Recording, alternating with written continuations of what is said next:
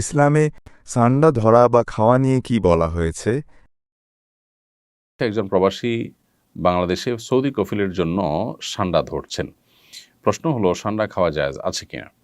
সান্ডা সাধারণত মরুভূমিতে হয়ে থাকে এবং এটি সরীসৃপ প্রজাতীয় একটি প্রাণী। দেখতে গুই সাপের মতোই অনেকটা। এই সান্ডা এটাকে কোরআন এবং হাদিসের ভাষায় দব বলা হয়। এখনও আরব দেশগুলোতে এটাকে দব বলা হয়।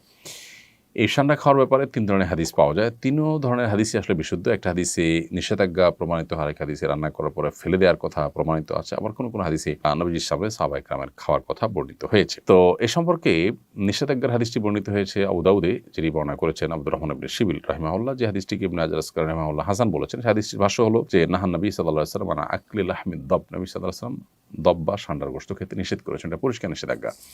আরেকটি হাদিস বর্ণিত হয়েছে মুসনাদে আহমদে, যেটিকে ইমাম ইবনে হাজাম এবং ইমাম আইনি এবং শাওকানি রাহিমাহুল্লাহ তারা সহিহ বলেছেন।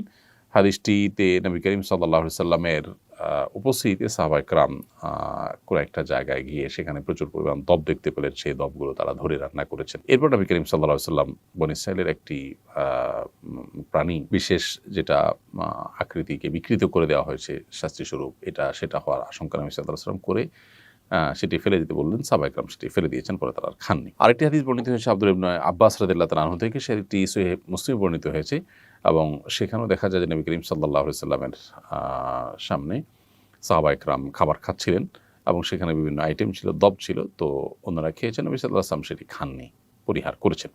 তো ৩য় নম্বর হাদিস থেকে অনুমোদন বোঝা যায়। এসব হাদিসগুলোই বিশুদ্ধ এবং এসব হাদিসগুলোকে সামনে রেখে পৃথিবীর সংখ্যাগরিষ্ঠ ওলামায়ে কেরাম বা বেশিরভাগ ইমামগণই দব খাওয়াকে জায়েজ বলেছেন। আর হানাফি মাযহাবের ওলামায়ে কেরাম এটিকে মাকরুহ বলেছেন, অপছন্দনীয় বলেছেন। মাকরুহ বলার ক্ষেত্রে আবার অনেক ওলামায়ে কেরাম মাকরুহ তাহরিমি বলেছেন, কেউ তানজিহ বলেছেন হানাফি ওলামাদের মধ্য থেকে।